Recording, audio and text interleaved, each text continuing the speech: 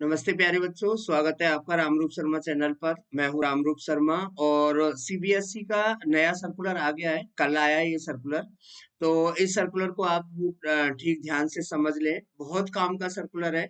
और ये सर्कुलर किन बच्चों के लिए है ये ध्यान रख लेना, मतलब किन बच्चों के लिए फायदेमंद है। तो ये सभी प्रिंसिपल्स के लिए या हेड ऑफ इंस्टीट्यूशन के लिए भेजा गया है जो सीबीएसई से एफिलिएटेड है।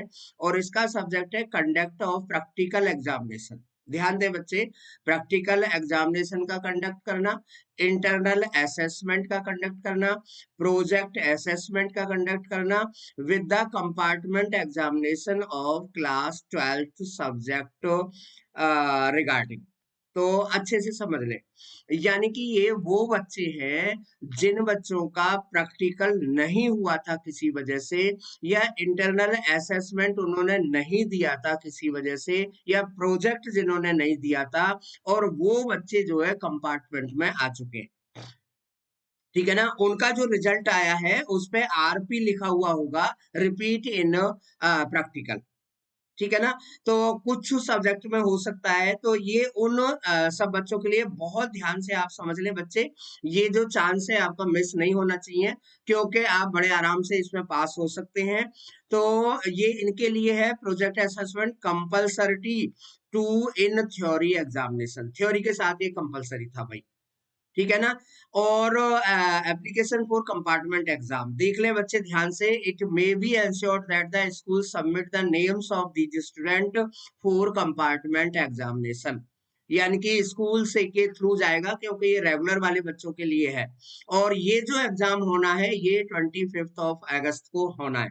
अब ये एग्जाम कहाँ कंडक्ट होंगे ये भी ध्यान से आप अच्छे तरीके से समझ लें। It may be noted that the school will submit the marks to the regional office after the conducting the practical examination, यानी कि आपका जो अपना स्कूल है वहीं पर ये प्रैक्टिकल एग्जामिनेशन होंगे, या असेसमेंट होंगे, या प्रोजेक्ट होंगे।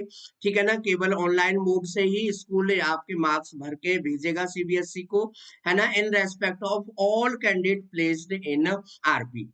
फिर दोबारा से अच्छी तरीके से समझ लीजिए, ये उन स्टूडेंट के लिए है जो 20-21 में रेगुलर स्टूडेंट थे, जिन बच्चों के प्रैक्टिकल नहीं हो पाए थे, जिन बच्चों के इंटरनल असेसमेंट के सबमिशन नहीं हुए थे, जिनके प्रोजेक्ट का सबमिशन नहीं हुआ था, उन सब बच्चों के लिए ये है। It may be assured that the school do not call the students for these assessment in the face-to-face mode unless specialty permitted by the respective state of government in respect area of jurisdiction। यानी कि कहने का मतलब है कि आगे की जो कहानी है वो नहीं होगी, तो आप बिल्कुल अलर्ट हो जाइए और आप अपने स्कूल में तुरंत के तुरंत संपर्क कर लें।